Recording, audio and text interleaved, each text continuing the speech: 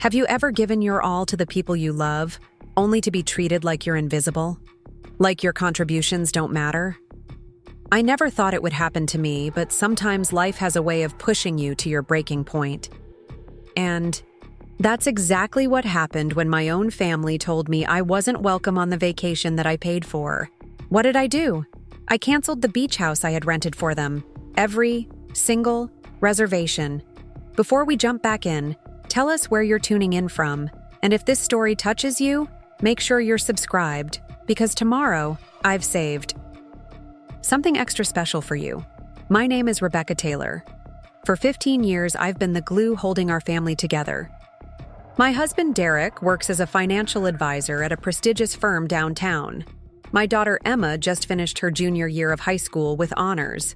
And my son, Josh, recently completed his first year of college studying business administration, following directly in his father's footsteps, as Derek loves to remind everyone. Memorial Day weekend was approaching, and as usual, I was deep in planning mode. Our kitchen island was covered with printouts, activity schedules, restaurant menus with items highlighted for everyone's preferences, and rental agreements for what I'd found after weeks of searching. A stunning oceanfront property in Myrtle Beach with a private pool, just as my mother-in-law Patricia had requested. The Myrtle Beach trip had become something of a tradition since Derek and I got married. Every year, I'd handle all the arrangements while everyone else just showed up and enjoyed themselves. I kept detailed notes on everyone's preferences. Josh always wanted a room with a balcony. Emma needed to be near the bathroom. Patricia and Richard, my in-laws, required a ground floor bedroom since Richard had knee problems, and Derek preferred to be away from the kitchen noise in the mornings. The house I'd found this year was perfect. 5 bedrooms, oceanfront with floor-to-ceiling windows in the living room, a chef's kitchen, which I'd be using to prepare most meals, of course, and a heated pool with a hot tub. The price was steep, $6,500 for the week, but I'd been saving. From my part-time bookkeeping job specifically for this vacation, I was reviewing the final payment details when the front door burst open and Josh came in, letting his duffel bag fall with a thud in the entryway. "Josh!" I jumped up, heart racing with excitement. He'd been away at college for months, and I'd been counting down the days until his return. I rushed toward him, arms outstretched for a hug, but he brushed past me, heading straight to where Derek was watching a golf tournament in the living room. "Dad, I got the summer internship at Morgan Financial. Paid position starts next month," he announced proudly. Derek muted the TV and stood up, clapping Josh on the shoulder. "That's my boy. Now that's what I call following the Taylor legacy." I stood in the doorway, my arms slowly lowering to my sides. "That's wonderful news, Josh. I made your favorite, chicken parmesan, to celebrate your homecoming." He nodded absently. "Thanks.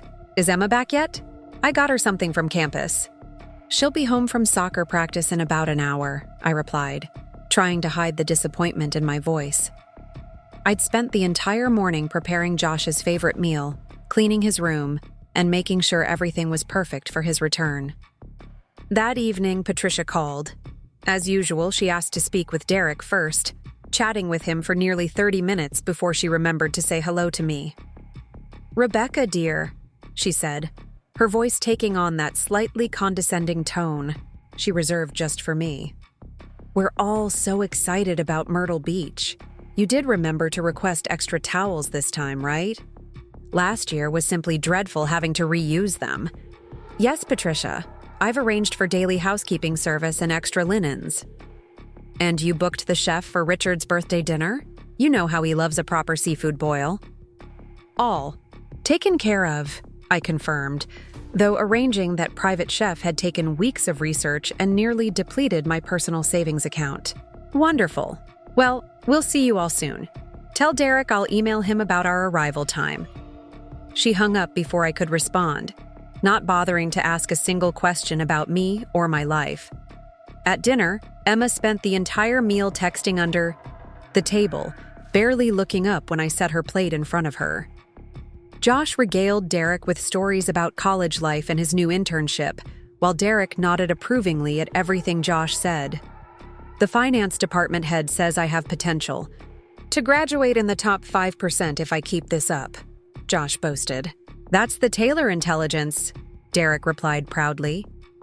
Emma's got it too. Straight A's this semester, right, Emma? Emma nodded, still looking at her phone. Except for chemistry. That class is stupid. I cleared my throat gently. I was thinking we could all go shopping this weekend for some new beach items for the trip. I noticed Josh's swim trunks from last year were getting a bit worn. Can't, Josh replied immediately. Meeting some friends from high school on Saturday. I've got soccer on Sunday, Emma added. Derek didn't even look up from his plate. I've got that golf thing with clients, remember? Right, I said quietly, continuing to eat my now cold chicken parmesan. I'll just pick up what everyone needs myself. No one acknowledged my offer. I might as well have been talking to myself. Invisible contributions. 2 weeks before Memorial Day, Josh came home from his part-time job at the campus bookstore, bubbling with excitement. He'd received his first real paycheck and wanted to celebrate. Family meeting, he called out, gathering everyone in the living room. Emma trudged in reluctantly, still attached to her phone. Derek closed his laptop with a sigh, making it clear this interruption was cutting into his important work time. Josh pulled out 4 envelopes with a flourish. I wanted to do something special with my first paycheck to show my appreciation. Derek received a gift card to his favorite steakhouse. For all those dinners you paid for, Dad. Now I can treat you for once. Patricia and Richard, who were visiting for the weekend to discuss vacation plans, received matching monogrammed golf towels. For teaching me to golf when I was 10, Grandpa. And Grandma, for always making the best snacks for the course. Emma got a gift card to her favorite clothing store. For being the least annoying sister a guy could ask for, Josh joked, and Emma finally put down her phone long enough to give him a hug. I waited, smiling, as Josh handed out the gifts. When he sat down, looking pleased with himself, I gently asked, Josh, did you forget someone? He looked confused, then laughed. Oh, almost forgot Baxter. He pulled out a small bag of premium dog treats for our golden retriever and placed them on the coffee table. The room grew quiet. I felt my smile freeze in place. Well, Derek said, breaking the awkward silence. Who's ready for dessert? Rebecca made that chocolate thing everyone likes. Later that evening, I found Josh in the kitchen raiding the refrigerator. I approached him carefully, keeping my voice light. Josh, I noticed you didn't include me in your thoughtful gifts earlier. He looked up, genuinely confused. Oh, I didn't think you needed anything, Mom. Dad works really hard at the firm all day, and Emma's busy with school and sports, and Grandpa and Grandma are retired on a fixed income. You're home most of the time anyway. I work 20 hours a week as a bookkeeper, I reminded him, and I run our household. He shrugged, his mouth full of leftover chicken. Yeah, but that's different. It's not like real work that's stressful. Or anything. I took a deep breath.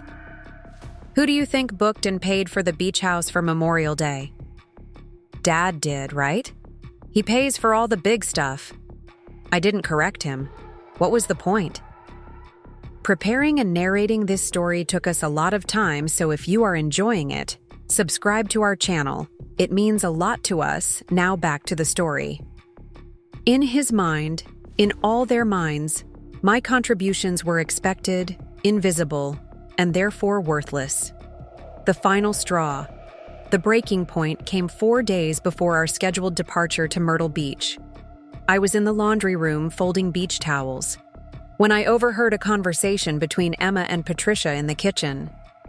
Mom doesn't know yet, Emma was saying in a hushed voice, but Maddie's parents said she could join us at the beach house as long as it's okay with everyone. Patricia's voice was warm with approval. Of course Maddie can come. There's plenty of room, and she's such a lovely girl, so much more motivated than some of Emma's other friends. I know, but Mom's really strict about the sleeping arrangements and always says we need to plan these things in advance.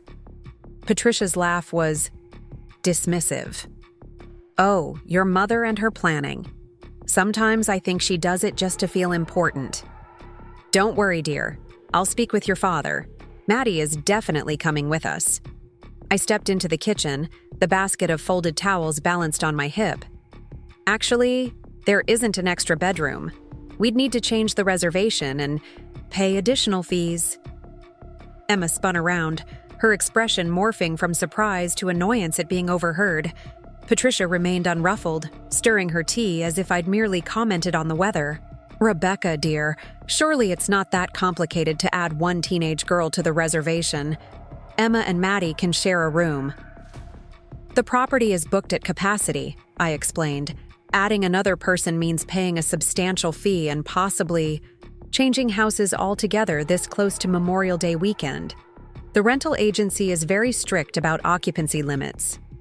Derek walked in from his home office, attracted by the tension in the air. What's going on? Emma and your mother have invited Emma's friend Maddie to join us at Myrtle Beach without discussing it with me first. The reservation would need to be changed, which would incur significant fees. Derek waved dismissively. Just call them and fix it, Rebecca. It's not a big deal. It actually is, I countered, feeling a rare spark of frustration ignite. The property is at maximum occupancy. Adding another person means paying a premium fee and possibly losing the house entirely if they won't allow the extra guest. Patricia set down her teacup with a delicate clink. Well, if money is such a concern, perhaps you shouldn't come, Rebecca. You're always saying how busy you are with your bookkeeping clients. You could use the time to catch up on work while we all enjoy some quality family time. The kitchen fell silent. I looked at Derek, waiting for him to defend me, to point out the absurdity of suggesting I skip the family vacation I had planned and paid for. He shifted uncomfortably but said, "Nothing." Emma looked between her grandmother and me, then shrugged. Maddie's really been looking forward to this. Her parents already said yes. So, I'm not welcome on this vacation? I asked, my voice surprisingly steady despite the storm brewing inside me. Patricia gave a theatrical sigh. No one said that. Rebecca, don't be so dramatic. We're simply suggesting a practical solution to a problem. You're always talking about how you never have enough time for your little bookkeeping business. This would give you a whole week.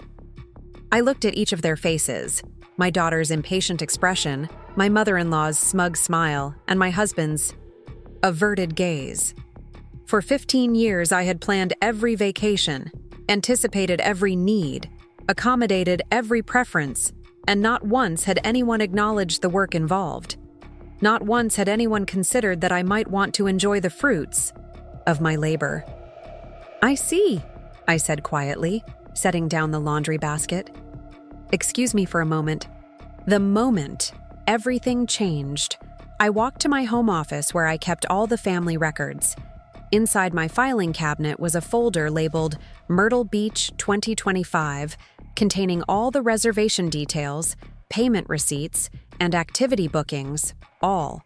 In my name, all paid for with my personal credit card. For years, I'd been setting aside a portion of my bookkeeping income for family vacations. Derek assumed these trips came from our joint account, but in reality, I'd been quietly funding them myself.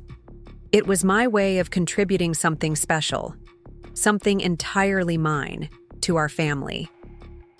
I returned to the kitchen with the folder and spread the documents across the counter. This beach house that you're all so eager to enjoy without me? I booked it. I paid for it. Not from our joint account, but from my own earnings. My little bookkeeping business, as you call it, Patricia. The deposit was $2,500. The remaining balance of $4,000 is due when we check in. Their faces registered shock. Emma's phone slipped from her hand. Derek's mouth opened and closed without sound. Patricia's teacup froze halfway to her lips. You didn't know because you never asked. You all assumed Derek was handling it because Apparently, my contributions are invisible. I picked up my phone and dialed the rental agency while my family watched in stunned silence. "Hello, this is Rebecca Taylor. I need to cancel my reservation for Memorial Day weekend at Oceanfront Paradise. Yes, I understand there's a cancellation fee. That's fine. Please process it immediately. No, I won't be rebooking. Thank you." I hung up and looked at my family. "The beach house is canceled. I won't be where I'm not wanted or valued." The explosion was immediate. Emma burst into tears, wailing about how I'd ruined everything and how Maddie would be devastated. Derek demanded to know how I could make such a unilateral decision without consulting him first.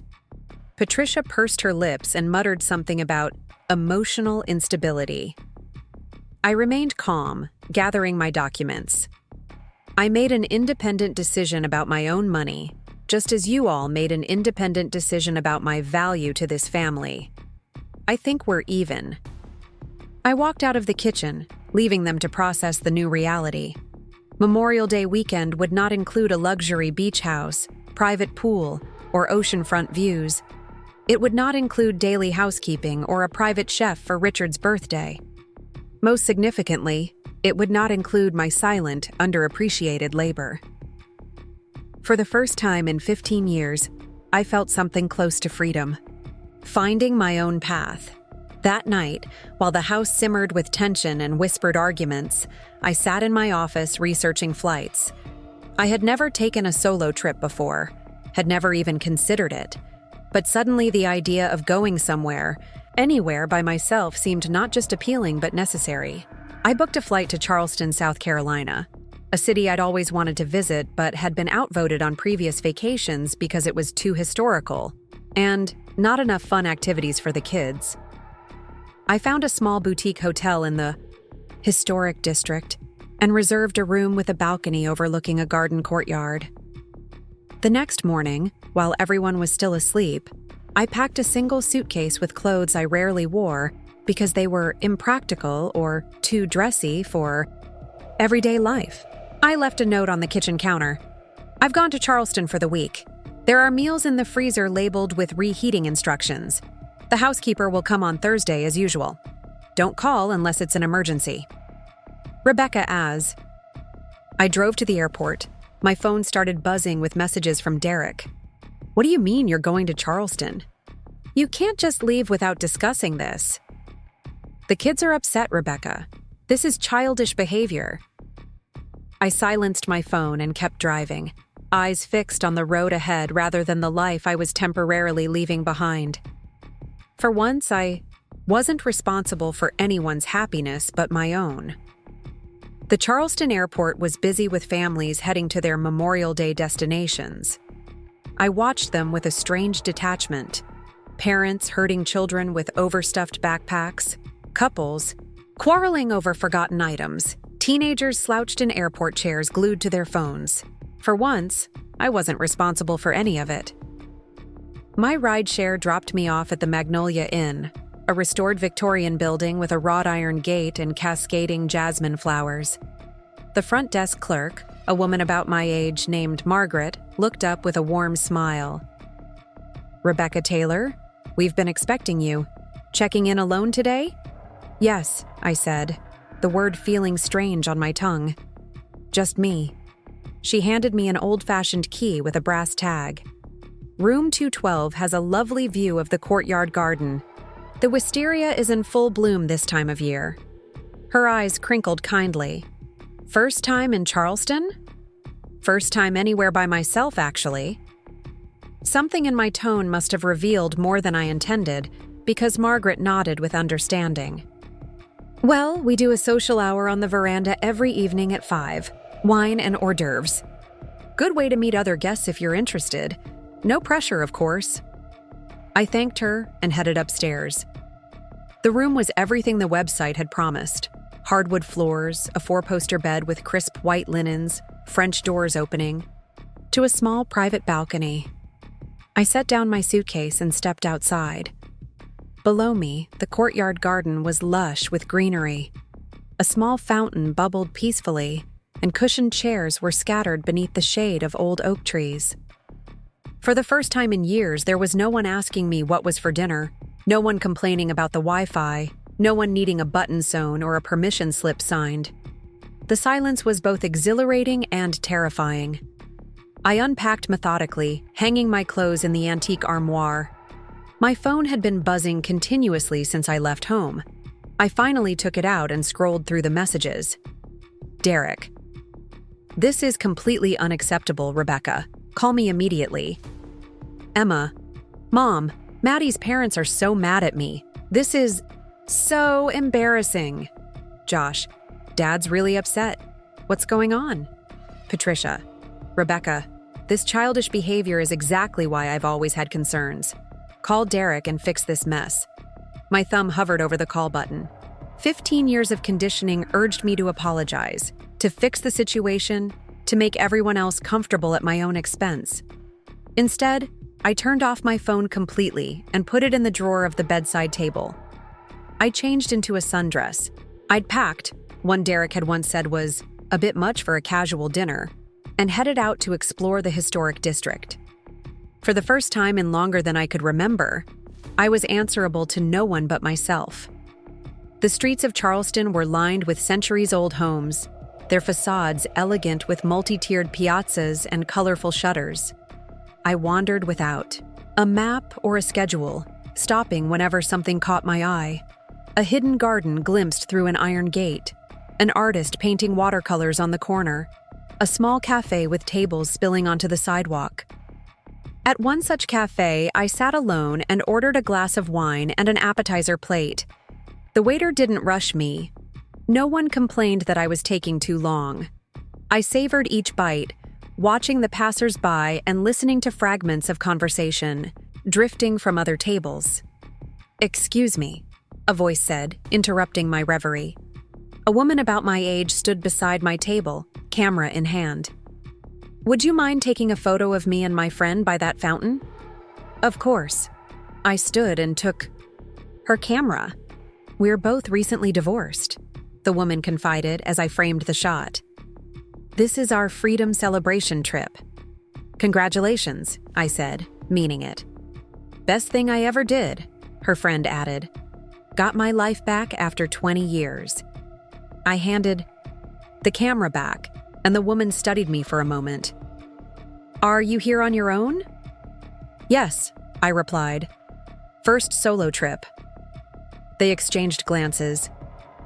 "We're doing a ghost tour tonight if you'd like to join us. No pressure, but sometimes it's nice to have company." An hour ago, I might have politely declined, retreated back into the solitude that felt safer than connection. Instead, I heard myself say, "I'd like that." Their names were Diana and Jennifer, both teachers from Virginia who had met in a divorce support group. Over drinks before the tour, they shared stories that resonated with painful familiarity. Years of invisible labor, of shrinking themselves to fit into the narrow space their marriages had allowed them, of waking up one day to realize they barely recognized the women they'd become. "My ex-husband once told me my hobby of pottery was a waste of time," Diana said, stirring her cocktail. 2 years after our divorce, I opened my own studio. Now I teach workshops and sell my pieces in 3 states.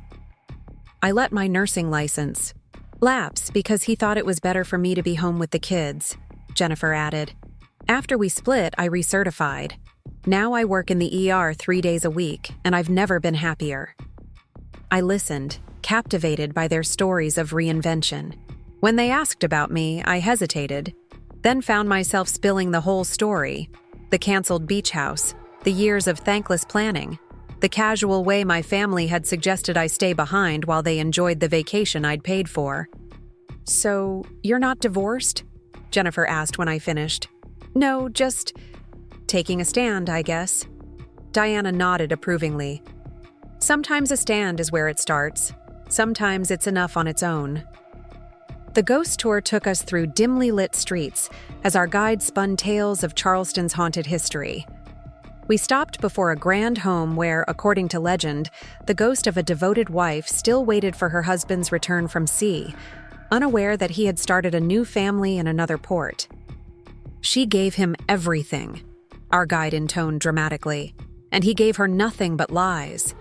Some say on stormy nights you can hear her crying at the window, still watching for his ship. Diana leaned close and whispered, "If that were me, I'd be haunting his new wife to warn her what she's in for." We all laughed, drawing curious looks from the rest of the tour group. In that moment, surrounded by strangers in a city I'd never visited, I felt more seen than I had in years. Back at the hotel, I declined their invitation for another drink, feeling the day's emotions catching up with me. We exchanged phone numbers with promises to meet for breakfast. As I climbed the stairs to my room, Margaret called from the front desk. "Ms. Taylor, your husband has called 3 times. I didn't give him any information about your stay, but I wanted you to know." I thanked her, touched by her discretion. In my room, I sat on the balcony for a long time, listening to the fountain and the distant sounds of the city. I thought about Derek's calls, about the family I'd left behind, about the woman I used to be and the one I might become. For the first time, I allowed myself to consider that perhaps my marriage had become a haunted house of its own, filled with the ghosts of resentments and the shadows of the person I'd stopped being. My sleep that night was deeper and more peaceful than it had been in years. Standing my ground. The next morning, I met Diana and Jennifer for breakfast at a small cafe near the market.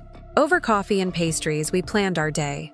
A walking tour of the historic homes, followed by shopping at the market, and a late lunch at a restaurant by the harbor. "You should turn your phone back on," Jennifer advised gently. "Not for them, but for you. Taking control doesn't mean cutting all contact. It means changing the terms of engagement." I knew she was right. After breakfast, I returned to my room and powered up my phone. It immediately lit up with notifications. 17 missed calls, 32 text messages, and a dozen voicemails. I took a deep breath and began sorting through them.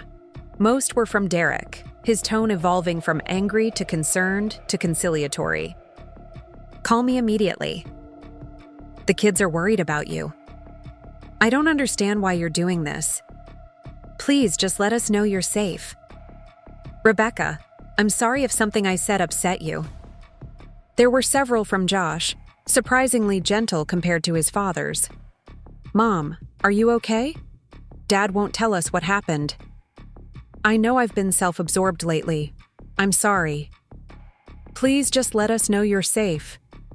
Emma's messages were predictably self-centered. "Mom, you've ruined everything. Maddie's parents think I'm a liar now. Dad doesn't know how to work the washing machine and I need my soccer uniform cleaned by tomorrow." Patricia had left several voicemails, each more condescending than the last. "Rebecca, this behavior is completely unacceptable for a grown woman with responsibilities." Derek is beside himself. "Is this really the example you want to set for your children? I've always said you were too emotional for your own good." I listened to them all, surprised by my own calmness. A week ago, these messages would have sent me into a spiral of guilt and self-doubt. Now, they seemed like transmissions from a distant planet I used to inhabit. I composed a single text message and sent it to Derek. "I'm safe and well, taking some time for myself.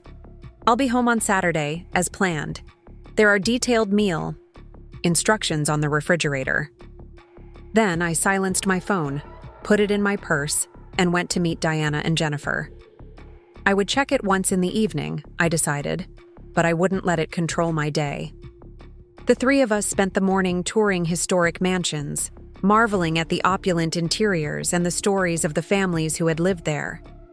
In one home, the guide told us about a wife who had secretly funded her husband's business ventures, without his knowledge, saving the family from financial ruin. "He never knew," the guide explained. "She went to her grave without receiving credit for saving their fortune. He got all the glory for being a successful businessman." "Some things never change," Diana muttered, and we exchanged knowing glances.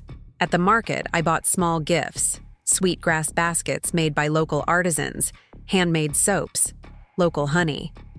Not as peace offerings, but as reminders of this trip and the person I was becoming.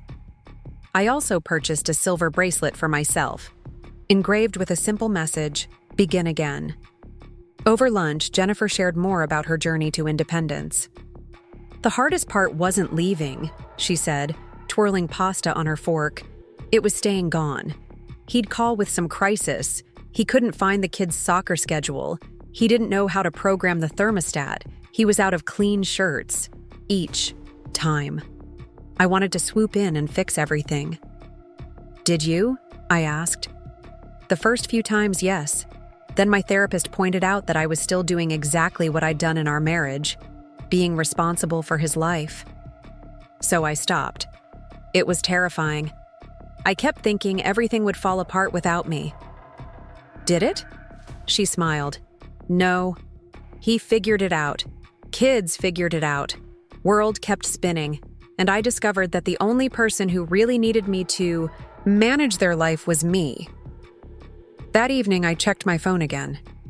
Derek had responded to my text with uncharacteristic restraint. "We need to talk when you get back. Glad you're safe." I noticed several missed calls from a number I didn't recognize. There was a voicemail from the same number, a woman's voice, hesitant but determined. "Rebecca, this is Carla, from your bookkeeping client group. I hope you don't mind, but Derek called me looking for you, and I took your number from the group directory. Listen, I don't know exactly what's going on, but, well, I left my husband 2 years ago after 20 years of marriage. If you need someone to talk to who understands, I'm here. No judgment, no pressure, just, you're not alone." I saved her number, touched by the unexpected lifeline from a woman I knew only casually from professional meetings. Later, I would call her. For now, I silenced my phone again and went down to the hotel's social hour. The next 3 days fell into a pleasant rhythm. Mornings with Diana and Jennifer, exploring the city and sharing stories. Afternoons on my own, sometimes sitting in peaceful gardens with a book, other times wandering through art galleries or taking a harbor cruise. Evenings on my hotel balcony or at small restaurants, savoring meals I hadn't had to cook and conversations I hadn't had to manage. Each night, I checked my phone briefly. Derek's messages grew increasingly thoughtful, less demanding. Josh sent a photo of a meal he'd attempted to cook, with the caption, "Not as good as yours, but I'm learning." Even Emma's texts showed signs of growth. Alongside complaints about household chaos were small acknowledgments. "I didn't realize how much you do around here," and "Dad tried to do laundry and turned everything pink." Patricia remained Patricia, her messages a steady stream of guilt and manipulation. I began deleting them without reading to the end. On my 4th night in Charleston, I called Carla. Our conversation lasted 2 hours, meandering from the specific challenges of my situation to broader reflections on marriage, motherhood, and identity. Unlike Diana and Jennifer, Carla had ultimately reconciled with her husband, but on entirely new terms. "I didn't go back until he understood that our marriage had to change fundamentally," she explained. "We spent 6 months in counseling before. I moved home. It wasn't easy for either of us. He had to learn to see me as a full person, not just a support system for his life. And I had to learn to stop disappearing." "How did you know it was worth trying?" I asked. "I didn't, at first," she admitted. "But once he showed a genuine willingness to change, not just saying what I wanted to hear to get me back, but actually doing the work, I decided our history together was worth the effort of rebuilding." After we hung up, I sat on my balcony for a long time, thinking about what I wanted from my own marriage. Was it salvageable? Did I want it to be? For the first time, I allowed myself to consider these questions without the crushing weight of guilt or the paralyzing fear of change. After unexpected clarity. On my 5th day in Charleston, I woke early and decided to take a solo drive to one of the nearby plantations. Diana and Jennifer were leaving that afternoon, heading back to Virginia, and I wanted some time alone to process everything I'd learned from them. The plantation grounds were hauntingly beautiful.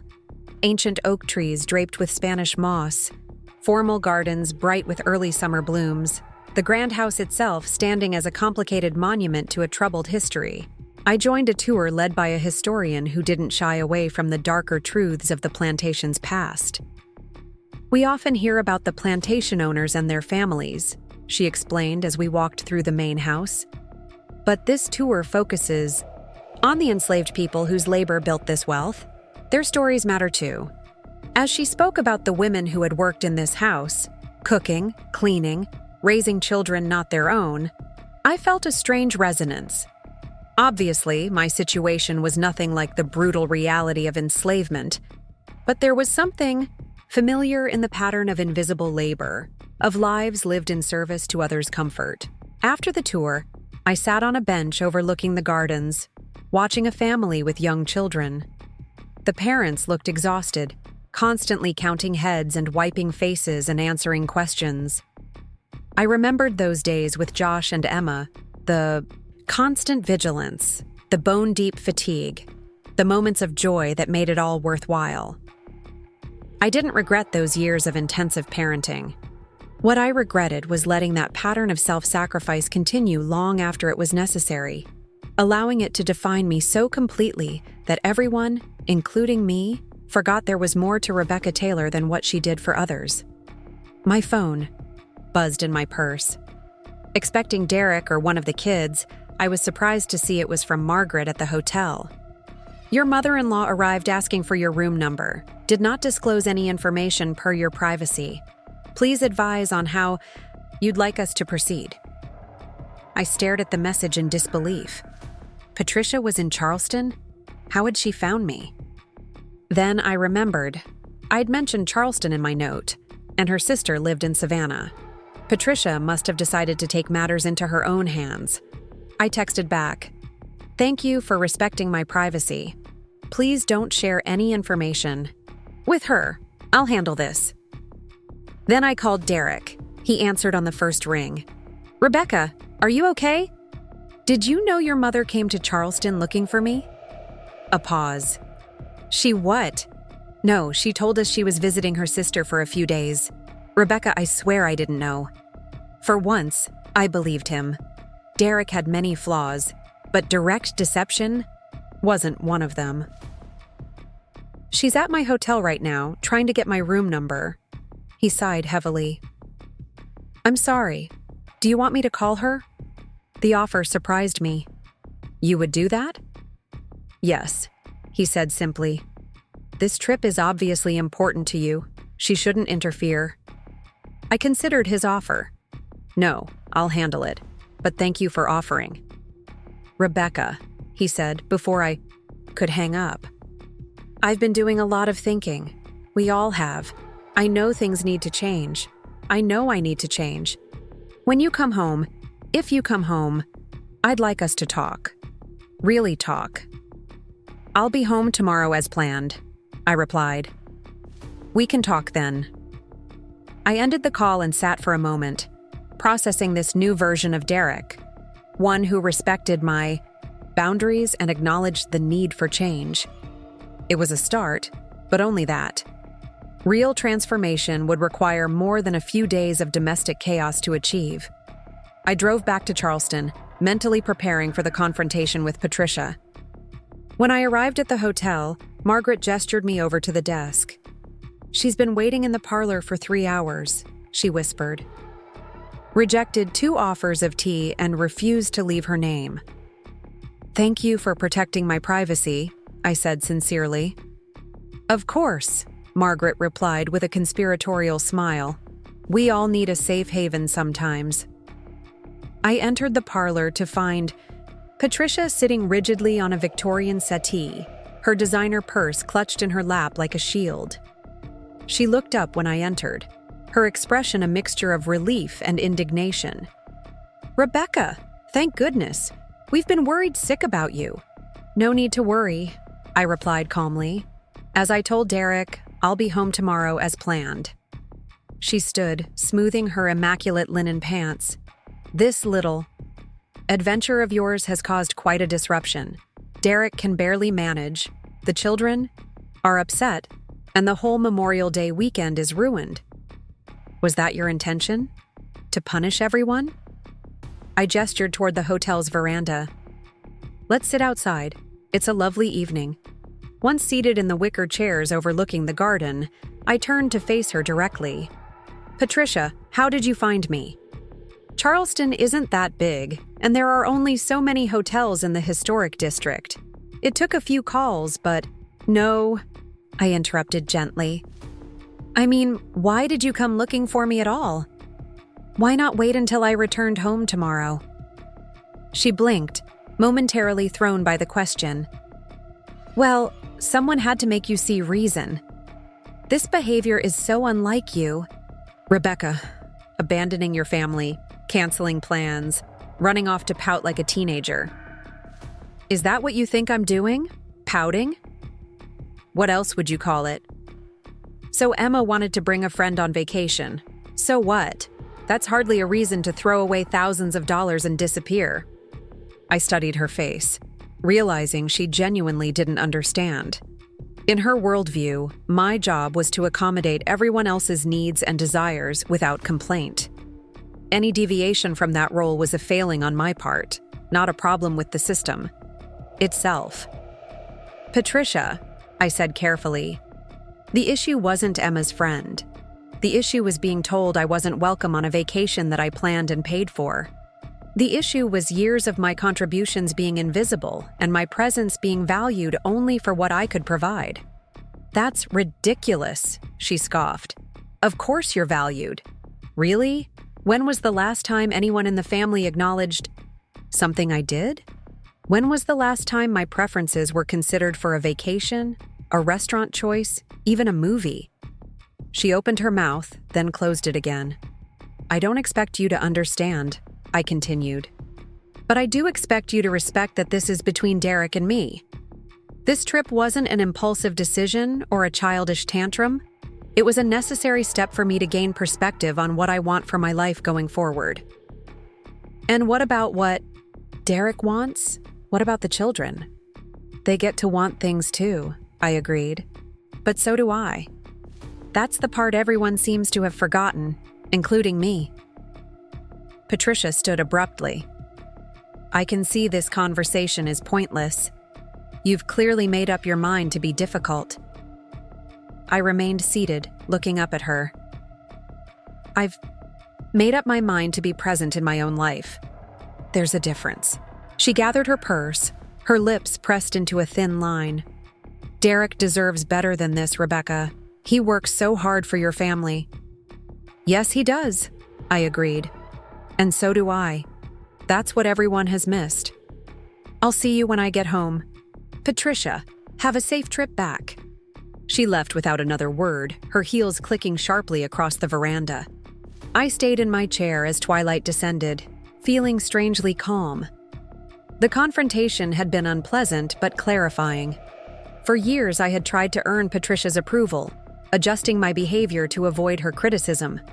Now I saw that was as pointless as trying to stop the tide by standing in its path. Diana and Jennifer found me still sitting there an hour later, having returned to the hotel to say goodbye before their departure. Everything okay? Diana asked, noticing my thoughtful expression. My mother-in-law tracked me down, I explained. She came to bring me back to my senses. And did she succeed? Jennifer asked with a knowing smile. I laughed softly. Actually, I think she accidentally helped me find them instead. We hugged goodbye with promises to stay in touch. As I watched them drive away, I felt a surge of gratitude for these new friends who had appeared exactly when I needed them, women who understood because they had walked similar paths. That night, I packed my suitcase methodically, preparing for the return home. The woman who had arrived in Charleston 5 days ago had been angry, hurt, and confused. The woman leaving tomorrow was clearer about what she wanted and what she deserved. I wasn't naive enough to believe that one confrontation with Patricia or a few days of domestic chaos would permanently change my family dynamic. Real transformation would require consistent boundaries, honest conversations, and probably professional help in the form of marriage counseling. But for the first time in years, I felt equipped for that journey. I had remembered something essential that had been buried beneath years of compromise and concession. My own worth existed independently of what I did for others. That recognition wasn't just liberating, it was the foundation upon which any healthy relationship had to be built. In the morning, I would board a plane back to the life I had left behind. But I wouldn't be returning as the same person. The Rebecca who had fled in hurt and anger 5 days ago had found something unexpected in Charleston. Not just independence, but the beginnings of a roadmap back to herself. The flight back from Charleston seemed significantly shorter than the journey there. As the plane descended through clouds toward the familiar landscape of home, I watched the patchwork of neighborhoods, shopping centers, and parks come into view. 5 days ago, this had been my entire world.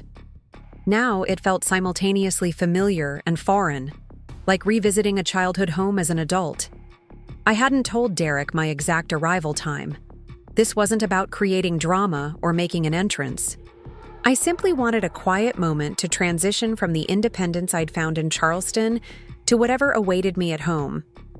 I took a rideshare from the airport, watching the scenery pass with a strange detachment.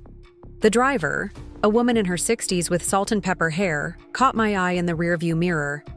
"Coming home or heading out?" "Coming home," I replied. "I've been in Charleston for a few days." She nodded appreciatively. "Beautiful city. I went there after my divorce. Something about those old houses and gardens helps put things in perspective." "It does," I agreed, surprised by the coincidence. "Did you go alone?" "First time in my life I'd traveled by myself," she said, turning onto my street. "Best thing I ever did. Found out I wasn't half as helpless as my ex had made me believe." As she pulled into my driveway, she turned to look at me directly. "Whatever you're coming home to, remember what you learned while you were away." I thanked her and gathered my single suitcase. Her words lingered as I stood at my own front door, key in hand. "Whatever you're coming home to, remember what you learned while you were away." I unlocked the door and stepped inside. The house was oddly quiet. Usually when I returned from even a short trip, there was chaos. Laundry piled on the couch, dishes stacked in the sink, evidence of hasty meals and abandoned activities scattered throughout the rooms. But the living room was tidy, the kitchen counter wiped clean. The silence felt almost theatrical, as if the house were holding its breath. I set down my suitcase and walked slowly through the downstairs rooms, noting small changes. Someone had rearranged the throw pillows on the couch. The plants had been watered. The mail was stacked neatly on the side table, rather than scattered where it had been dropped. On the refrigerator, a new schedule was posted, a color-coded chart dividing household responsibilities among all 4 family members. Derek's handwriting, but Emma's artistic touch in the decorative borders. "Mom?"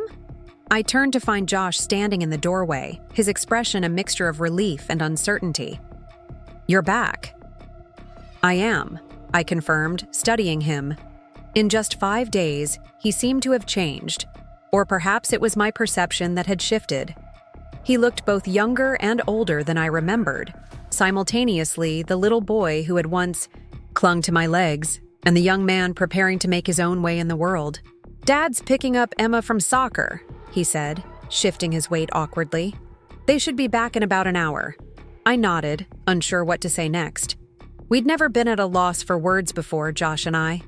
I'd always been the one to fill silences, to ask the right questions, to maintain the flow of conversation. Now I waited, letting the moment stretch between us. "I made dinner," he finally said, gesturing toward the kitchen. "Nothing fancy. Just pasta with that sauce you taught me last summer. It's in the refrigerator. I can heat it up whenever you're ready." "You cooked?" I couldn't keep the surprise from my voice. He shrugged, a hint of defensiveness in his posture. "Had to. Dad burnt the first 3 things he tried, and Emma's idea of cooking is microwaving frozen pizza." Despite everything, I laughed. Josh's mouth twitched into a reluctant smile, I missed you, he said suddenly, the words tumbling out as if he'd been holding them back. And not just because no one could cook or find anything. I don't know. The way you make everything work. I missed you too, I replied honestly. But sometimes making everything work for everyone else meant not working for myself. He considered this, his brow furrowed in the same way it had been when he was a child puzzling over homework. Dad told us what happened, about the beach, house, and how Grandma suggested you shouldn't come. I didn't know you paid for all that yourself. There's a lot of things people don't know about me, I said softly. Sometimes I think I forgot them myself. Josh took a step forward, then hesitated. I opened my arms and he moved into them, allowing me to hug him properly for the first time in months. He'd grown taller than me at 14, but in some ways, he still fit perfectly against my shoulder. Is it weird that I'm kind of glad the beach trip got canceled? He asked, his voice muffled against my sweater. Grandma always makes those. Vacation's stressful anyway. I laughed again, a genuine sound that felt good in my chest. It's not weird at all. We separated, both a little embarrassed by the unexpected emotionality of the moment. Josh cleared his throat. So, do you want to see what Dad did to the laundry room? It's kind of hilarious. Lead the way, I said, following him upstairs. The laundry room looked like it had been hit by a pink tornado. Several of Derek's formerly white dress shirts hung on the drying rack, now a delicate shade of rose. A pile of once colorful clothes sat in a dejected heap, now uniformly gray. He put my red soccer jersey in with his shirts, Josh explained, gesturing to the pink items. Then he tried to fix it by using bleach on the next load, but he used the wrong kind. Oh dear, I murmured, surveying the damage. Emma cried for an hour when her favorite sweatshirt turned gray. It was actually kind of satisfying to watch. I raised an eyebrow at him. Satisfying? He had the grace to look slightly ashamed. She's been extra bratty lately, especially after you left. Kept complaining about how inconvenient it was that you weren't here to do things for her. And what about you? I asked gently. Did you find it inconvenient too? Josh looked at the laundry disaster, then back at me. Honestly? Yeah, at first. But then I realized I actually know how to do most of this stuff. You taught me, I just wasn't paying attention. He paused. Dad was completely lost.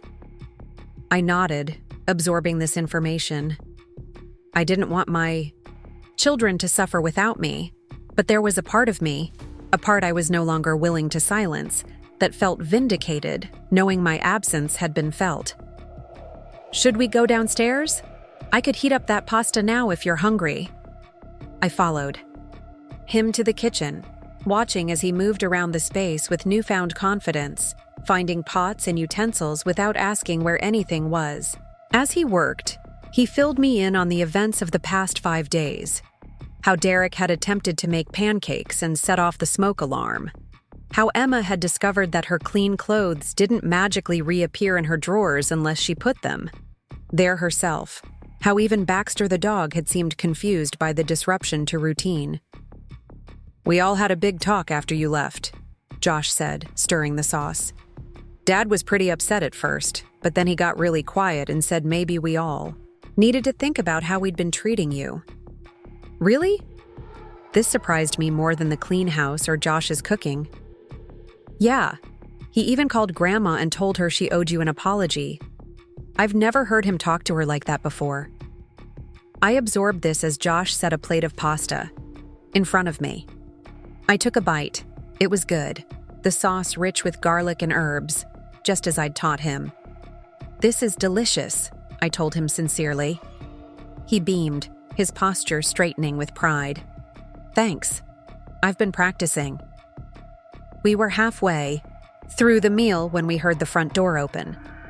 Emma's voice carried down the hallway. Told you we should have left earlier, Dad. Now I'm going to be late for the study group, and Madison already thinks I'm flaky after the whole beach house thing. She stopped abruptly as she entered the kitchen and saw me sitting at the table. For a moment, she looked exactly like the little girl who had once run to me with skinned knees and playground injustices, her eyes wide with surprise and a flicker of relief. Then her expression shuddered, teenage defenses sliding back into place.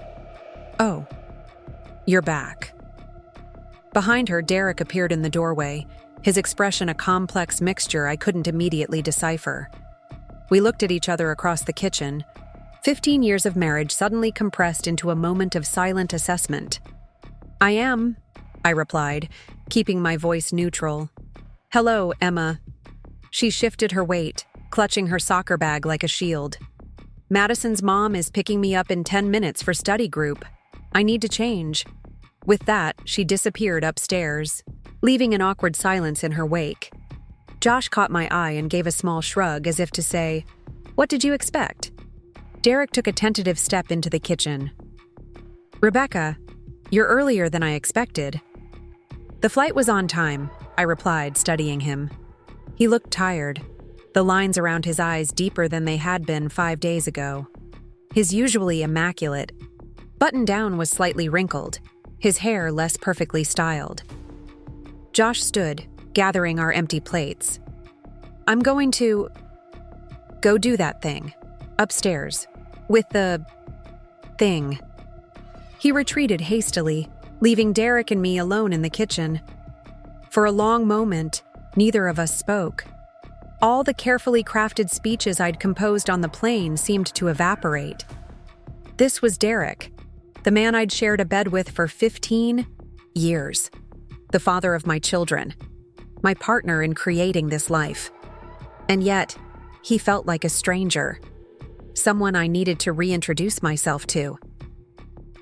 "Your mother found me in Charleston," I finally said, breaking the silence. He winced. "I know. She called afterwards. I'm sorry about that. I didn't know she was going to track you down." "It was illuminating," I replied. "For both of us, I think." He pulled out the chair Josh had vacated and sat across from me. "Rebecca, these past few days." He trailed off, seeming to struggle for words, which was unusual for Derek, who always knew exactly what to say in any professional or social situation. "Difficult?" I supplied. "Eye-opening," he corrected. "I didn't realize how much you do, how much we all depend on you. Not just the practical things, but everything."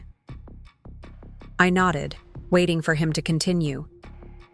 "When you left, I was angry," he admitted.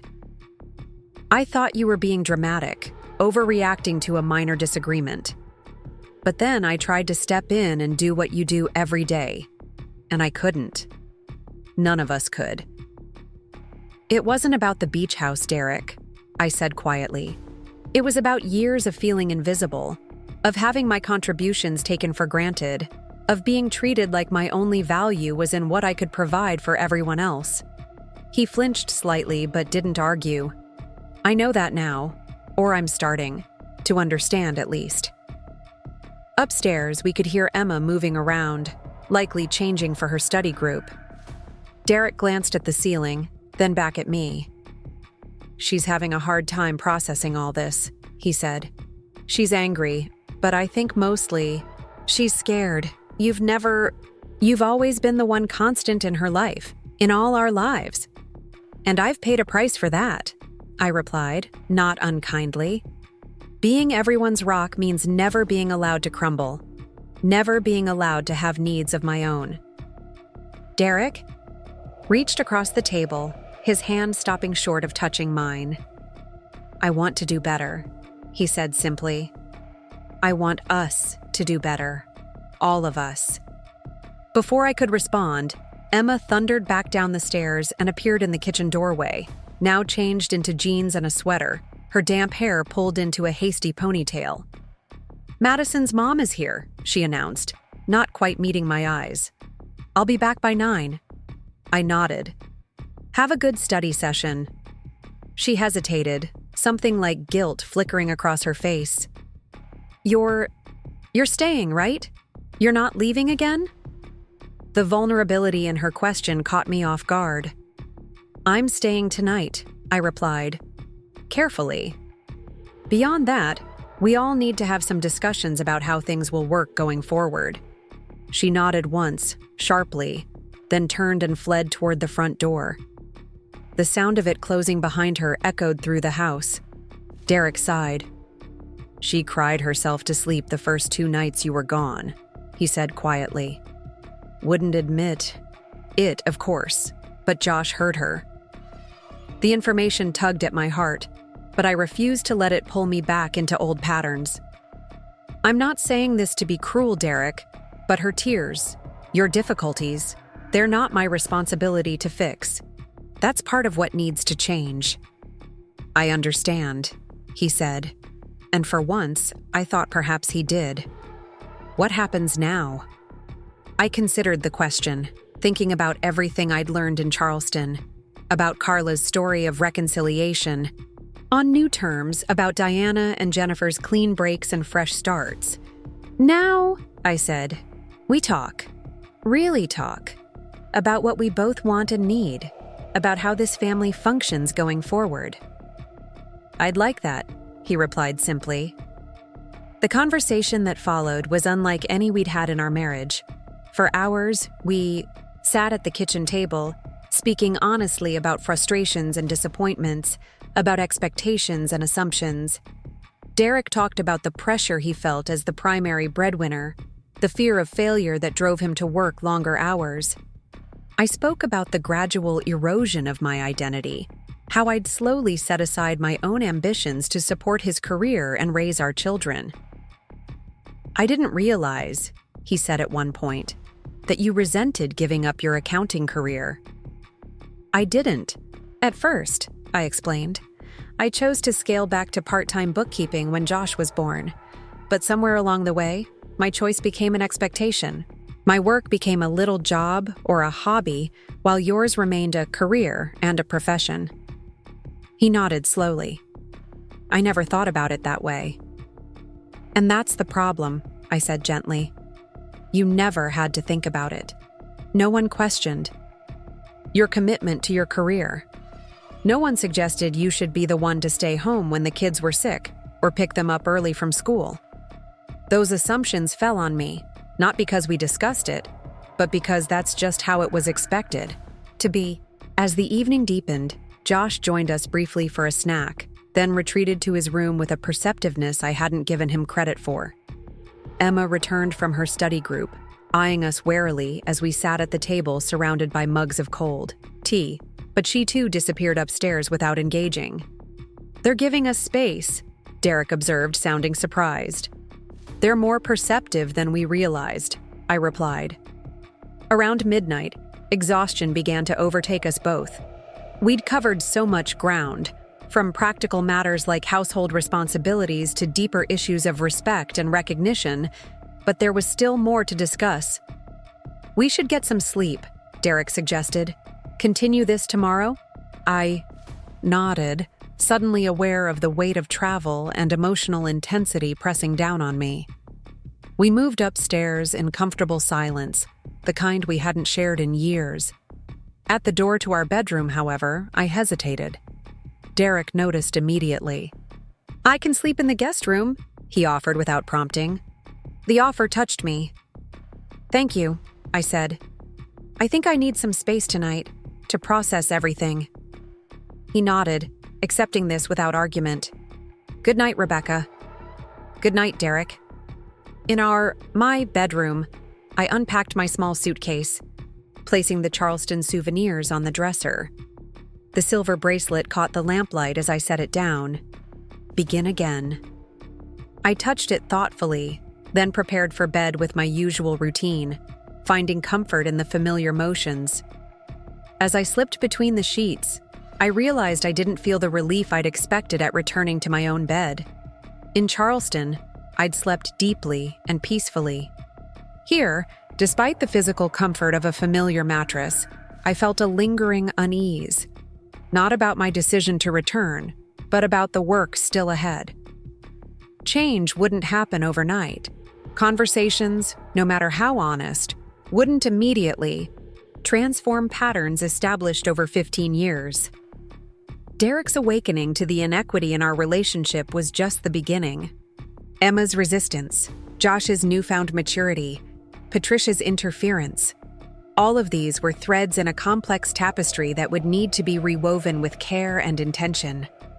I thought about Carla, who had returned to her marriage but on completely new terms.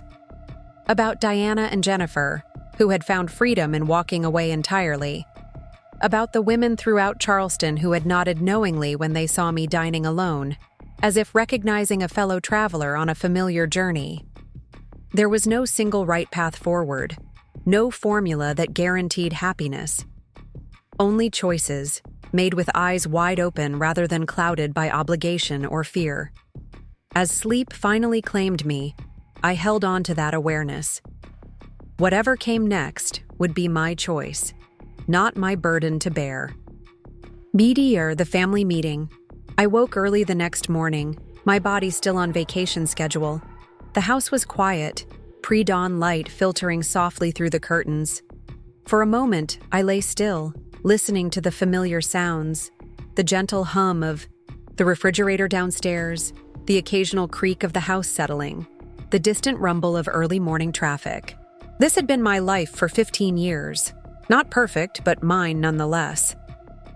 The question that had haunted me in Charleston remained. Was it a life I wanted to reclaim, or a life I needed to reimagine? Rather than dwelling on the question without answers, I rose and dressed in comfortable clothes. In the kitchen, I started coffee brewing, its rich aroma filling the room as I slipped out the back door into the garden. The small vegetable patch I'd started years ago had been neglected in my absence. I knelt beside it, pulling weeds and checking on the young tomato plants. There was something grounding about having my hands in the soil, tending to living things, that responded to care with growth and fruit. "You're up early." I turned to find Derek standing at the edge of the garden, 2 mugs of coffee in hand. He offered one to me, and I accepted it gratefully. "I've always been an early riser," I replied. "You usually sleep through it." He smiled ruefully. One of many things I'm realizing I didn't notice. We sat on the garden bench, watching the sky lighten. Birds began their morning songs, flitting between trees with busy purpose. "I was thinking," Derek said after a comfortable silence, "that we should have a family meeting today. All 4 of us." I sipped my coffee, considering. "What did you have in mind?" "A reset," he replied. "Clear expectations, new household rules, and—" He hesitated, then continued with determination. "An acknowledgement of how we've all taken you for granted, and a commitment to change that." I studied him, searching for signs of the old Derek, the one who made grand gestures when in trouble, only to revert to familiar patterns once the crisis had passed. But his expression was open, his usual polish replaced by something more vulnerable and genuine. "I think that's a good idea," I agreed. "But Derek, this can't be a one-time conversation. Real change takes consistent effort, daily choices." "I know," he said simply. "I'm ready for that." As the day progressed, I moved through the house with new awareness, noticing signs of the family's attempts at self-sufficiency in my absence. The slightly crooked stack of clean dishes, the imperfectly made beds, the makeshift meal plan taped to the refrigerator in Derek's handwriting. Josh was the first to rise among the children, appearing in the kitchen around 10 with rumpled hair and sleepy eyes. "Morning," he mumbled, heading straight for the coffee pot. Since when did Josh drink coffee? "Your father wants to have a family meeting today," I told him, watching as he doctored his cup with far too much sugar. "To talk about some changes going forward." Josh nodded, surprisingly amenable. "Yeah, we need that." He glanced at me hesitantly. "Are you and Dad? Are you okay?" I considered the question. "We're talking," I replied honestly. "Really talking. maybe for the first time in years. I don't know exactly where we'll end up, but it's a start." He seemed satisfied with this answer, settling at the table with his coffee and phone. A few minutes later, Emma appeared, pausing in the doorway when she saw me at the stove preparing breakfast. "You're cooking?" she asked, her tone unreadable. "I am," I confirmed. "Pancakes. Would you like some?" She nodded, sliding into her usual chair without meeting my eyes. The kitchen fell into an unusual silence. Normally, Emma would be chattering about friends or complaining about school. Josh would be teasing her or asking about sports schedules, and I would be mediating, while ensuring everyone was fed and prepared for the day. Now we existed in a strange new dynamic, no one quite sure of their role or the appropriate tone. Derek joined us as I was serving the pancakes, completing our awkward tableau of a family simultaneously familiar and unfamiliar to each other. We ate with minimal conversation, the weight of unspoken thoughts almost tangible in the air between us. When the dishes were cleared, by Derek and Josh, while Emma sat uncomfortably watching this departure from norm, Derek cleared his throat. "I think it's time for that family meeting," he announced. "Living room in 5 minutes, everyone." Emma looked like she might protest, but something in Derek's tone silenced her. Josh simply nodded, continuing to load the dishwasher. In the living room, I chose the armchair rather than my usual spot beside Derek on the sofa, a small but deliberate choice that didn't go unnoticed. Josh sat cross-legged on the floor, while Emma perched on the edge of the sofa as if ready to flee at any moment. Derek remained standing, uncharacteristically nervous as he faced us. "First, I want to thank you all for being here," he began. "I know things have been disrupted this past week." Emma made a small noise that might have been a snort. Derek glanced at her but continued. "The reason for that disruption, the reason your mother felt she needed to leave, is something we all need to address." He took a deep breath. "We haven't been treating her with the respect and appreciation she deserves. I haven't been treating her that way, and as your father, I haven't set a good example for you both in that regard." The room was silent. Emma studied her fingernails intently. Josh looked at me, then quickly away. "So today," Derek continued, "we're going to establish some new family guidelines, starting with a redistribution of household responsibilities." He produced the color-coded chart I'd noticed on the refrigerator the previous day. "Each of us will be responsible for specific tasks, not helping your mother with them, being fully responsible for them." "I already do chores," Emma protested weakly. "Clearing your plate after dinner and occasionally remembering to make your bed isn't enough," Derek replied with unexpected firmness. "You're 16, Emma. You're capable of doing your own laundry, cooking at least one family meal a week, and keeping your bathroom clean without being reminded." "Me?" Emma's mouth fell open at her father's tone. Derek had always been the more indulgent parent, prone to giving in to her complaints rather than enforcing consequences. "Josh," Derek continued, "you've actually stepped up this past week, and I appreciate that. But you'll also have regular responsibilities, including yard work and taking primary care of Baxter." Josh nodded, accepting this without complaint. "What about you?" Emma challenged, finding her voice. "What are you going to do differently?" Derek didn't bristle at her tone as he might have before. "Fair question. I'll be taking over Bill. Management, grocery shopping, and maintenance issues around the house. I'll also be cooking 2 nights a week. And yes, I'll need to improve my skills there." Emma seemed slightly mollified by his answer, but still skeptical. "And what about Mom? Does she get to do nothing now?" I tensed, but before I could respond, Derek answered, "Your mother has been doing everything for years, Emma. Everything. While working part-time and managing this household single-handedly. The question isn't what she'll do now. It's what she wants to do.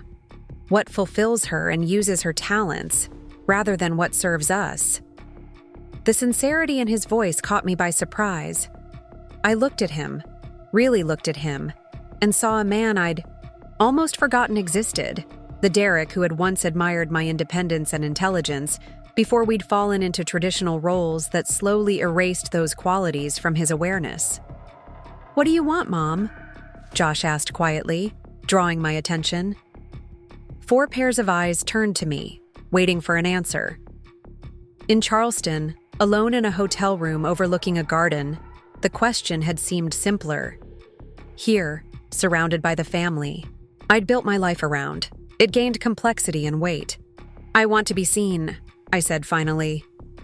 "Not just for what I do for all of you, but for who I am. I want to rebuild my bookkeeping business into a full accounting practice. I want to take photography classes. I discovered in Charleston that I have an eye for composition. I want to travel occasionally, sometimes with you and sometimes on my own." I paused, gauging their reactions. Josh was nodding thoughtfully. Emma looked confused, as if the concept of her mother having independent interests was entirely foreign. Derek's expression was harder to read, a mixture of support and what might have been apprehension. "Mostly," I continued, "I want us to function as a true family unit, where everyone contributes and everyone's needs matter. Not a household that revolves around catering to certain members while others give and give until there's nothing left." Derek cleared his throat. "That's reasonable, and it's what we're going to work toward, starting today." He turned to the children. "Your mother deserves an apology from all of us. I'll go first." He faced me directly, his usual confidence replaced by humility. "Rebecca, I'm sorry. I'm sorry for taking you for granted, for dismissing your work, for allowing my mother to disrespect you, and for not seeing how much you were struggling. I can't change the past, but I promise to do better going forward." His sincerity was palpable, and I nodded my acknowledgement, unexpectedly moved. Josh spoke next, his voice soft but steady. "I'm sorry, Mom. I didn't think about how hard you work because you never complained. But that's not an excuse. I should have noticed." Emma remained silent, her posture rigid with teenage defensiveness. "Emma?" Derek prompted gently. She looked up, her eyes bright with unshed tears. "This is stupid," she muttered. "Everyone's acting like Mom is some kind of martyr when she's the one who abandoned us without warning." "Emma!" Derek's tone sharpened. I raised a hand to stop him. "It's okay. She's allowed to feel how she feels." I looked directly at my daughter. "You're right that I left suddenly, and I understand why that was upsetting. But Emma, I didn't abandon you. I took 5 days for myself after years of putting everyone else first. Can you try to understand the difference?" She bit her lip, anger warring with something more vulnerable in her expression. "But why didn't you tell us how you felt before just leaving?"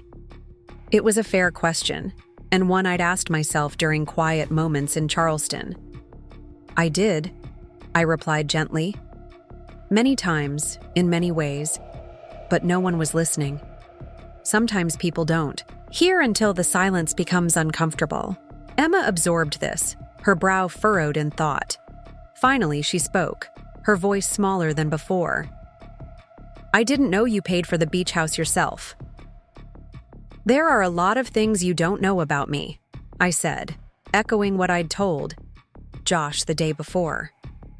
"Because for a long time, I've only existed as your mother, not as Rebecca." "I'm sorry," Emma said quietly, the words appearing to surprise even her. "For taking you for granted, and for being okay with you not coming on the trip. That was really mean." The simple acknowledgement unleashed an unexpected wave of emotion. I blinked back tears, nodding my acceptance of her apology. Derek stepped in, sensing the rawness of the moment. "This is just the beginning," he said, his tone gentle but firm. "We're going to need time and consistent effort to change old habits. There will be slip-ups and setbacks. But the goal is clear. We function as a team from now on, with every member's contributions valued and every member's needs respected. He looked at each of us in turn, then settled his gaze on me. Is that something we can all commit to? Yes, Josh said immediately. After a hesitation, Emma nodded. I'll try. Rebecca? Derek's voice held a note of uncertainty. I looked at my family, flawed, human, capable of both thoughtlessness and growth. The past couldn't be erased, but perhaps it could be the foundation for something better, something more balanced and genuine. Yes, I said finally. I can commit to trying, but I need you all to understand something. I've changed. The woman who left for Charleston isn't the same one who came back. I won't go back to how things were before.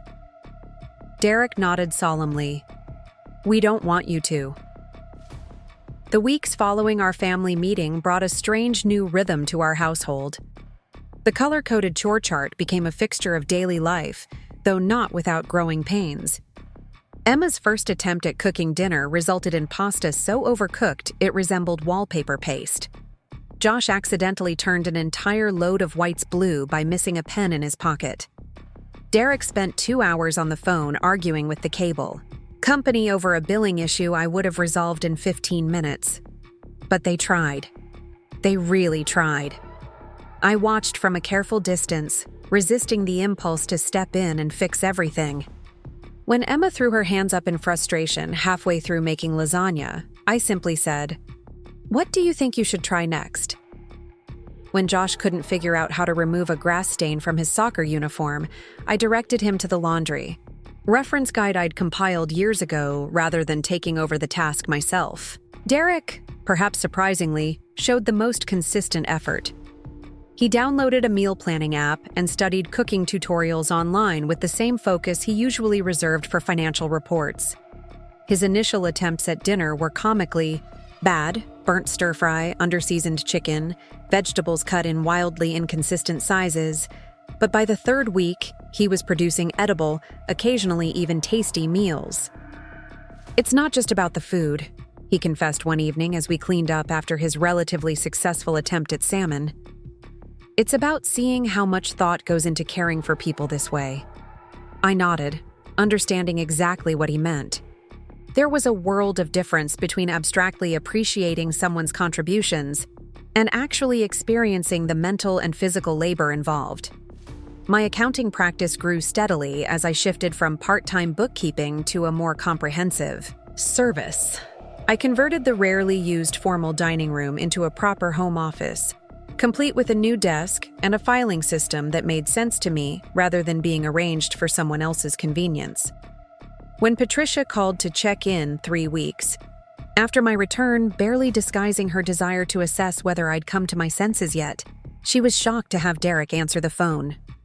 "Mom, Rebecca's with a client right now," I overheard him say from my office. "She's expanded her accounting practice and she's quite busy." "No, I'm working from home today so I can be here when Emma gets back from soccer." "Because she has a client meeting, Mom. I just told you that." I smiled to myself, continuing to review the tax documents for my newest client. The conversation continued, Derek's tone growing increasingly firm as Patricia presumably questioned the new arrangement. Actually, Mom, we're all doing just fine with the new system. Yes, Rebecca is working more hours. No, the house hasn't fallen apart. Because we're all perfectly capable of maintaining our home without placing the entire burden on one person. When he appeared in my office doorway after the call, his expression was a mixture of exasperation and amusement. "My mother thinks you've hypnotized me," he reported, leaning against the doorframe. Apparently, the only explanation for me cooking dinner and doing laundry is some form of mind control. I laughed, setting aside my work. Given her worldview, that's actually logical. How dare you challenge centuries of gender roles by operating a washing machine? His smile faded slightly. "I'm sorry, Rebecca. I never realized how much her attitude affected our marriage, how I unconsciously absorbed her expectations." "We both did," I acknowledged. "We fell into roles without questioning them." He hesitated, then asked something he'd never thought to ask before. Do you want to tell me about your day? Your client meetings? It was such a simple question, yet it caught me off guard. How many times had I asked about his work, his clients, his successes and challenges? How many dinners had centered around his professional life while mine existed as a footnote, if mentioned at all? I'd like that, I said, gesturing for him to take the chair across from my desk. As I told him about my expanding client base and the strategic business decisions I was considering, I watched his face carefully, looking for signs of disinterest or condescension. Instead, I found genuine engagement, thoughtful questions, even admiration. "You're really good at this," he said when I finished explaining how I'd restructured a small business client's accounting system. "I knew you were competent, but I didn't realize you were so strategic." "There's a lot you didn't realize about me," I replied, not unkindly. "A lot I forgot about myself." He nodded, accepting this truth. "I'd like to keep learning, if you'll let me." It wasn't a grand romantic declaration, but in many ways, it meant more. He wasn't promising to fix everything or to transform overnight. He was asking for the opportunity to know me, the real me, not the domestic convenience I'd allowed myself to become. "I'd like that too," I replied. Our marriage counseling began the following week. Dr. Eliza Chen's office was a calm, neutral space with comfortable chairs and soft lighting. She listened attentively as we explained our situation, my Charleston epiphany, the family rebalancing, our cautious rebuilding. "What I'm hearing," she said after we'd both spoken, "is a story about identity and recognition. Rebecca, you lost yourself in the role of caretaker. Derek, you became accustomed to a dynamic that prioritized your needs and career without conscious awareness of the imbalance." We both nodded, her assessment uncomfortably accurate. "The question now," she continued, "is whether you want to build something new together, or if this is a transitional phase toward separate lives." The question hung in the air between us. Derek looked at me, clearly wanting to speak but holding back, allowing me space to respond first. "I don't know yet," I admitted, both to Dr. Chen and to Derek. "I know I can't go back to how things were, but I'm not ready to walk away entirely." Derek exhaled slowly. "I want to try," he said simply. "I believe we can create something better than what we had before. But I also understand that you might decide that's not what you want, and I'll respect that decision." Dr. Chen nodded. "That's a good place to start. Honesty, respect, and openness to different outcomes." Over the following weeks, we met with Dr. Chen regularly, navigating the complex terrain of a relationship in transformation. Some sessions were productive and insightful.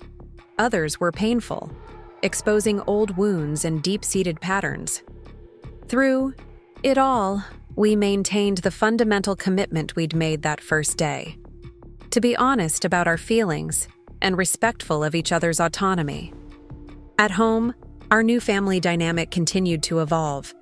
Emma's initial resistance gradually softened as she witnessed the changes in her father's behavior and my own growing contentment. One evening, she appeared in my office doorway, hovering awkwardly, in a way that reminded me painfully of her younger self. "Mom, can I talk to you about something?" I saved my work and turned to give her my full attention. "Of course." She entered hesitantly, perching on the edge of the chair Derek had occupied earlier that week. "I've been thinking a lot about what happened with the beach house and everything." I nodded, waiting for her to continue. "I was really angry when you left," she admitted. "But not just because of the trip. I think I was angry because you changed the rules." "What rules?" I asked gently.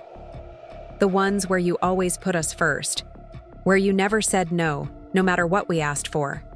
She twisted a strand of hair around her finger, a nervous habit she'd had since childhood. "It was comfortable. For us, I mean. Not for you, obviously." The self-awareness in her statement surprised me. That's very insightful, Emma.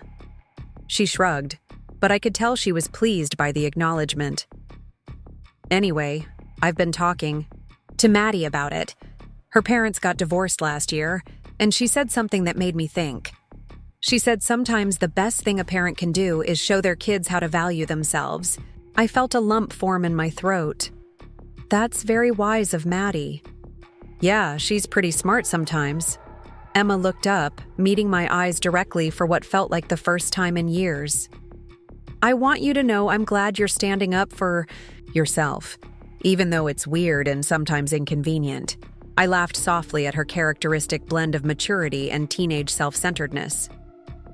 Thank you, Emma. That means a lot to me. She nodded, apparently having reached the limit of her emotional openness for the day. So, there's this photography exhibition at the community center next weekend. I saw the flyer at school and thought maybe you'd want to go, since you mentioned wanting to take classes and stuff. The casual offer nearly brought me to tears. Not because she was making a grand gesture, but because for perhaps the first time in her life, she was seeing me as a person with interests and desires independent of my role as her mother. I'd love that, I replied, keeping my voice steady, despite the emotion behind it. She smiled, a quick flash of genuine warmth before her teenage mask slipped back into place. Cool, I'm going to go finish my history paper. After she left, I sat in my office for a long time, marveling at the subtle but profound shift in our relationship. It wasn't perfect. Emma was still prone to self-absorption and occasional bouts of attitude, but something fundamental had changed in how she perceived me, and therefore in how she interacted with me. Josh, too, showed signs of growth. He took his newfound household responsibilities seriously, even adding tasks to the chart voluntarily when he noticed needs that weren't being addressed. One weekend, I discovered him teaching Derek how to properly load the dishwasher, a skill I'd taught Josh years ago, but Derek had never bothered to learn. No, Dad, you can't put the plastic containers on the bottom rack, Josh was explaining, patiently. They'll melt, and bowls go here, with the dirty side facing the water jets. Derek absorbed the lesson with good humor. When did you become the dishwasher expert? Mom showed me when I was like 12, Josh replied casually. You just never paid attention. I slipped away before they noticed me, oddly moved by this small moment of intergenerational knowledge transfer. The skills I'd quietly passed to my son were now being passed to my husband, completing a circle of shared responsibility I'd once thought impossible. 2 months after my return from Charleston, I received an email from Diana and Jennifer, my vacation friends who had become long-distance confidants. They were planning another trip, this time to Santa Fe, and wondered if I might join them for a long weekend. I brought the invitation to Derek that evening as we sat on the back patio, a habit we'd developed for discussing important matters away from the children's ears. I'd like to go, I told him directly. It's 4 days in October.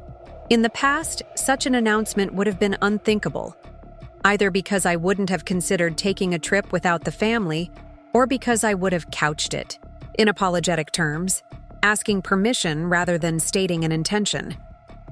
Derek nodded thoughtfully. That sounds like a good opportunity. We can manage things here. I know you can, I replied, a small but important assertion of my changing expectations. He smiled, recognizing the shift. Will you share your photographs when you return? The ones from Charleston were really impressive. The simple expression of interest in my creative pursuits warmed me. I'd like that. We sat in comfortable silence for a while, watching fireflies begin to emerge in the gathering dusk. So much had changed in such a relatively short time, yet some things remained constant. The garden I'd tended for years, the home we'd built together, the family we'd created, and were now recreating in healthier form. Rebecca, Derek said finally, his voice thoughtful. I've been thinking about Memorial Day next year. I tensed slightly, memories of the canceled beach house and all it represented still fresh despite the progress we'd made. What about it? I asked carefully. I'd like us to plan a trip together, all of us, as a family, but differently than before. He turned to face me fully. I want it to be a true family vacation, not just me relaxing while you manage everything. I want us to choose the destination together, share the planning, divvy up responsibilities. I considered his proposal. That sounds nice in theory, but what about your mother? She's always been part of these trips, and she hasn't exactly embraced our new family dynamic. Derek sighed. I've been meaning to talk to you about that. I spoke with her last week. Really spoke with her. Not just our usual surface conversation. I told her that if she wants to be included in family events going forward, she needs to treat you with respect and acknowledge the changes we're making. How did she take that? I asked, genuinely curious. Patricia had been a domineering force in our family for so long that the idea of Derek setting boundaries with her seemed almost revolutionary. About as well as you'd expect, he admitted with a wry smile. There were tears, accusations, the whole dramatic performance. But underneath all that, I think she heard me. She knows I'm serious. Thank you, I said simply, touched by his willingness to confront his mother on my behalf after years of silence. So what do you think? About planning a vacation together? I thought about it carefully, weighing the proposal against my own needs and boundaries. I'd like to try, I said finally, but with some conditions. Name them, he replied without hesitation. Equal input on the destination and activities, shared financial responsibility, transparent budgeting from both our incomes, and most importantly, no one's preferences automatically trump anyone else's. We make decisions as a family, with everyone's needs considered. Derek nodded. That sounds fair, and exactly how it should have been all along. One more thing, I added. I'd like to plan a solo trip or a friend's trip at least once a year, as well. That's important to me. Of course, he agreed. We should both have space for individual interests and growth. We began discussing potential destinations, the conversation flowing easily between us. For the first time in years, I felt like we were true partners in planning our family's future. Not just Derek deciding while I implemented, but two adults with equal voice and agency. Later that night, as I prepared for bed, I caught sight of my reflection in the bathroom mirror. The woman looking back at me seemed different somehow, standing straighter, eyes clearer, an indefinable quality of presence that had been missing before. I touched the silver bracelet on my wrist, the words, "Begin again," catching the light. That's exactly what I'd done, what we were all doing, beginning again, not from scratch, but from a foundation of hard-won wisdom and deliberate choice. The next morning, I woke early as usual, but instead of immediately beginning the household routines that had once defined my days, I took my coffee out to the garden and spent 30 minutes simply sitting, watching the sunrise color the sky. When I returned inside, I found Derek in the kitchen, already preparing breakfast for the kids before school. "Good morning," he greeted me. "I was thinking I might visit you at the office for lunch today if you don't have client meetings. That new Thai place opened downtown." "I'd like that," I replied, accepting the mug of fresh coffee he offered. "I have a meeting at 11, but should be free by 1. As we coordinated schedules, him checking if I needed the car for afternoon appointments, me confirming which of us would pick up Emma from soccer practice, I was struck by the ordinary extraordinariness of the moment. This simple domestic interaction, unremarkable on its surface, represented a profound transformation in our relationship dynamic. 6 months ago, Derek wouldn't have known my client schedule or considered bringing me lunch. 6 months ago, I wouldn't have spent the morning in peaceful solitude while someone else managed breakfast. 6 months ago, we were locked in roles so rigid and unexamined that they had nearly suffocated the life from our marriage. Now we moved in a new dance, sometimes awkward but increasingly fluid, each of us learning steps we'd never tried before. Emma burst into the kitchen, already running late as usual. "Mom, have you seen my blue folder? The one with my English essay?" Before I could respond, Josh chimed in from the living room. "It's on the coffee table where you left it last night." Emma darted out, returning triumphantly with the folder. "Thanks. Dad, are the eggs ready? I'm starving." 2 minutes, Derek replied, flipping an omelet with newfound skill. "Rebecca, would you like one too?" "No thanks. I'll grab something later." I watched the morning chaos unfold with a sense of detachment that would have been impossible before Charleston.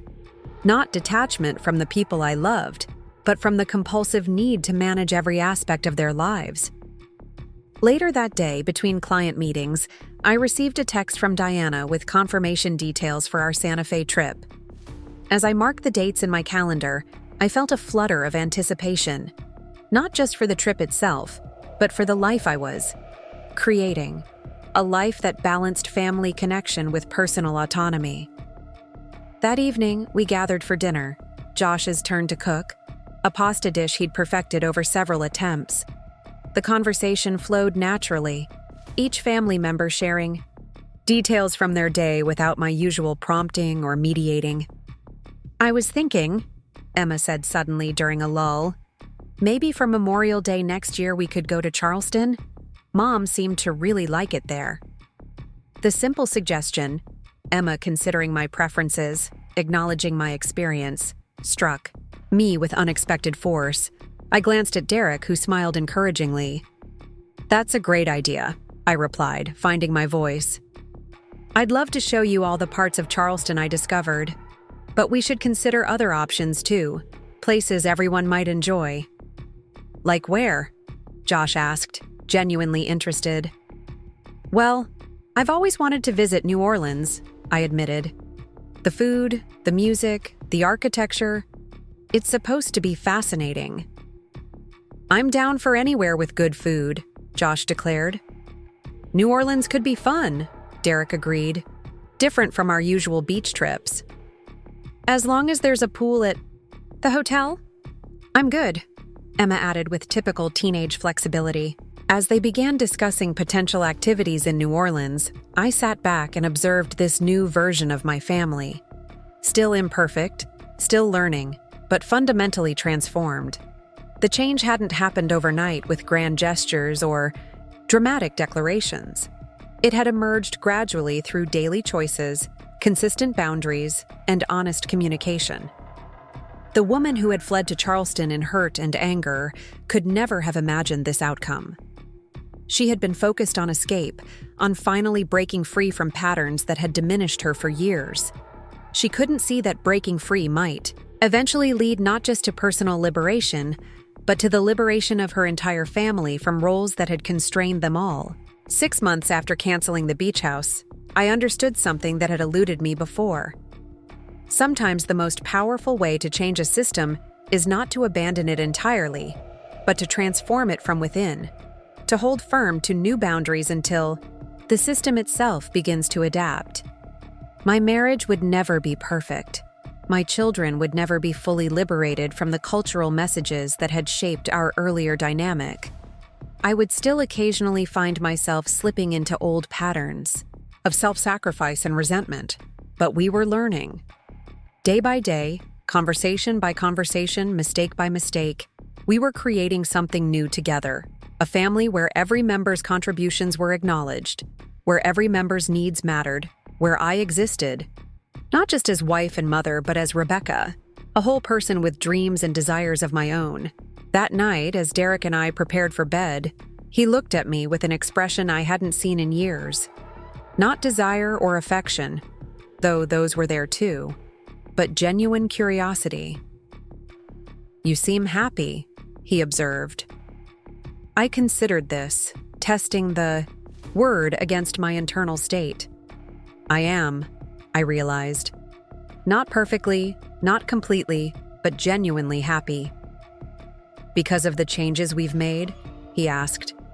"Partly," I acknowledged, "but mostly because I finally gave myself permission to prioritize my own happiness alongside everyone else's. That's the real change." He nodded, understanding.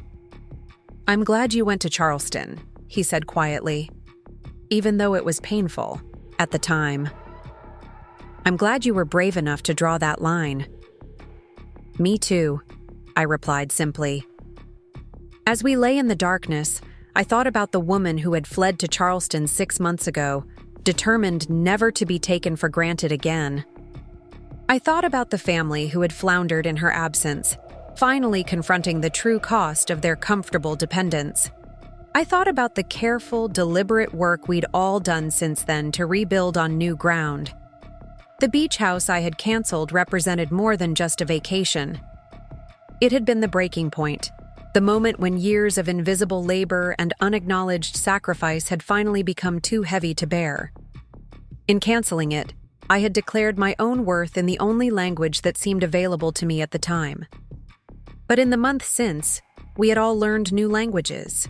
Derek the language of partnership and shared responsibility, the children the language of self-sufficiency and reciprocity, me the language of boundaries and self-advocacy.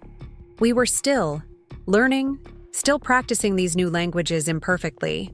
There would be misunderstandings and regressions, days when old patterns reasserted themselves and had to be consciously redirected. But we had crossed a threshold that couldn't be uncrossed. I had remembered who I was beyond my roles as wife and mother, and in doing so, had given my family the opportunity to know me, truly know me, perhaps for the first time. That knowledge was changing us all, gradually transforming our relationships into something more balanced, more honest, and ultimately more loving than what had existed before. As I drifted toward sleep, I found myself looking forward, not just to the Santa Fe trip with my friends or the potential New Orleans vacation with my family, but to the ongoing journey of rediscovery and reinvention that had begun with a canceled beach house and a solitary flight to Charleston. It wasn't the path I had expected to take, but it had led me exactly where I needed to go, back to myself. Up next, you've got 2 more standout stories right on your screen. If this one hit the mark, you won't want to pass these up. Just click and check them out.